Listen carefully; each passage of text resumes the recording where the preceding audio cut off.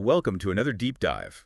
We're going to be looking at something pretty interesting today, and that's the power dynamics between grad students and their professors. Yeah, that's a great topic. It's one of those things you don't always think about. Right, exactly. You think about academia as this, pure pursuit of knowledge Right. and getting your degree, Okay. but there's a whole other world of power dynamics that's going on. Absolutely. It shapes Right. the whole experience, really. Absolutely.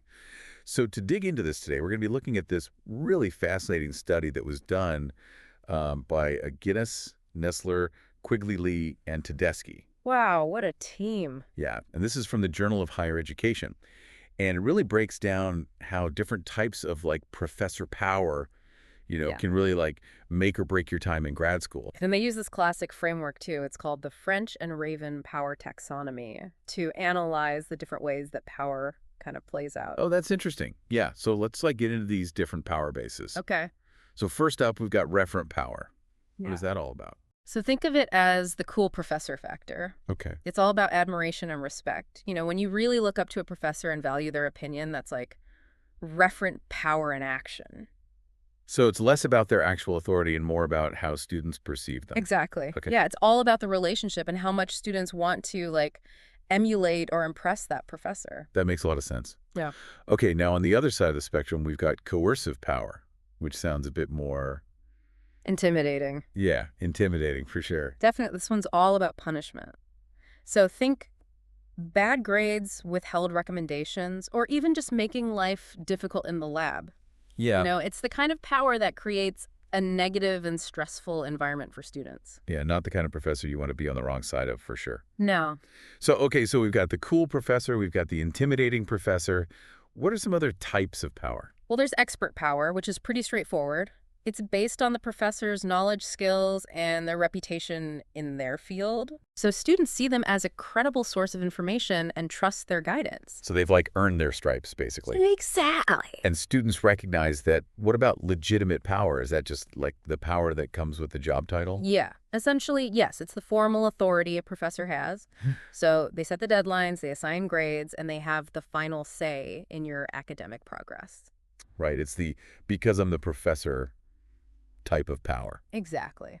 Okay. And last but not least, we've got reward power. Yeah, I'm guessing this is more than just giving out A's. absolutely. Think research funding, travel opportunities, those coveted letters of recommendation. Oh, yeah. Things that can really make a difference. Make or break you. Yeah, exactly. Okay, so we've got our 5 power bases laid out here. Uh-huh. And here's where things get really interesting because Guinness and his team didn't just look at how professors use these powers, Right. but how students' perceptions Yeah. of those powers affect their entire grad school experience.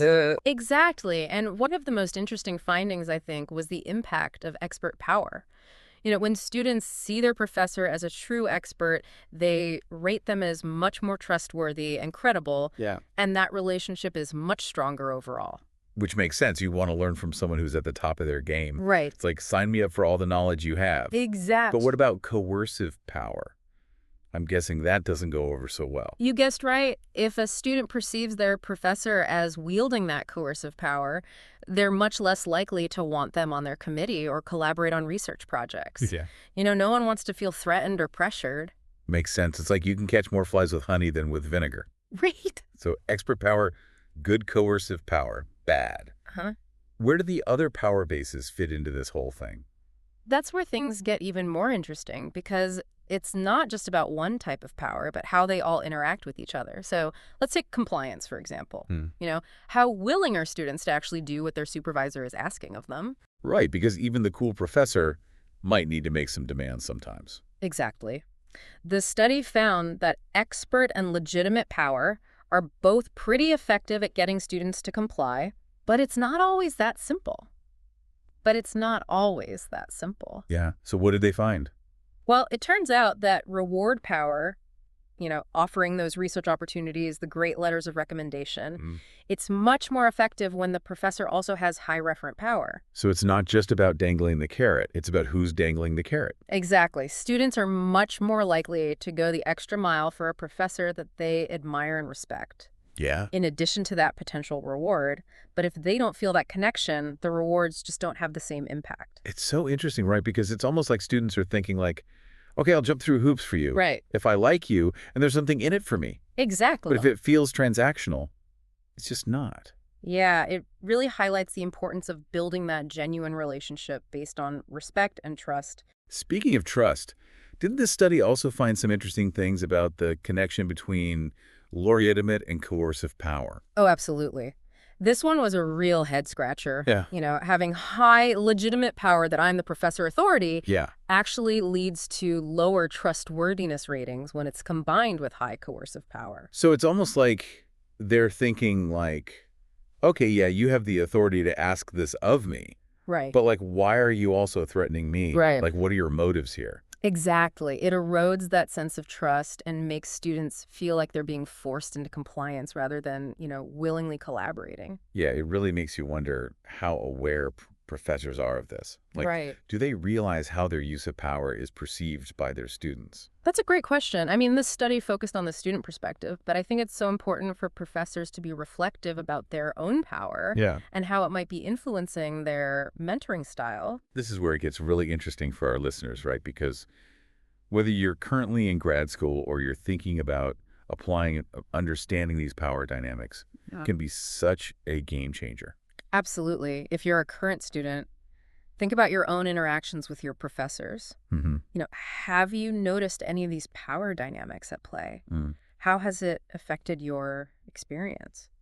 And if you're thinking about grad school, pay attention to how potential supervisors present themselves during interviews Yes. or visits. Are they leaning on their expertise, or are you getting more of a coercive vibe from them? Right. Knowing how to recognize these dynamics can help you make those informed decisions about who you want to work with and how to navigate those relationships. This whole conversation is making me think about how these dynamics play out in other areas of life, too. Oh, totally. Not just academia, but workplaces, mentorship programs, even families. Absolutely. Power is everywhere. And understanding how these different types of power influence relationships is so crucial for success. It helps you build those stronger relationships, advocate for yourself more effectively, and just create a more positive and productive environment for everyone.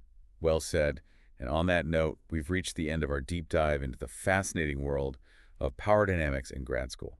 We hope this conversation has given you some valuable insights to take with you on your own academic journey.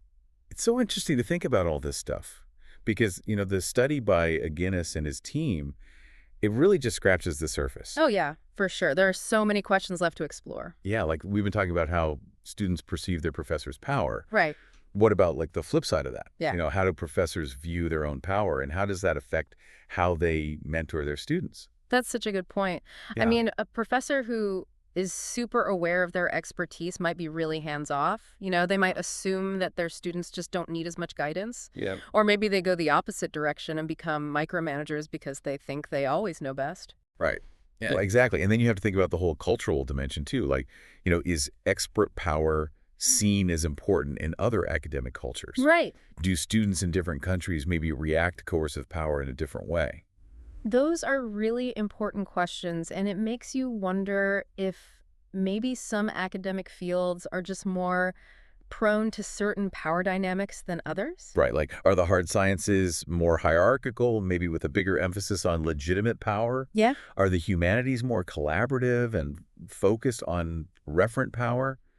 It would be so interesting to see how these different departmental cultures really impact the student experience. It would, and it just highlights how much we still don't know about all of this. Right. And this is all really important for our listeners because whether you're in grad school or thinking about applying or even just navigating any kind of relationship where there's a power dynamic, Right. understanding this stuff can really make a difference. Because the more you know about these dynamics, the better you'll be able to advocate for yourself, build strong relationships, and, just create a more positive environment for everyone. I totally agree with that.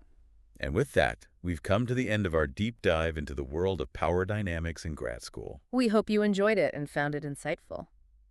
Thanks for listening, and we'll see you next time for another deep dive.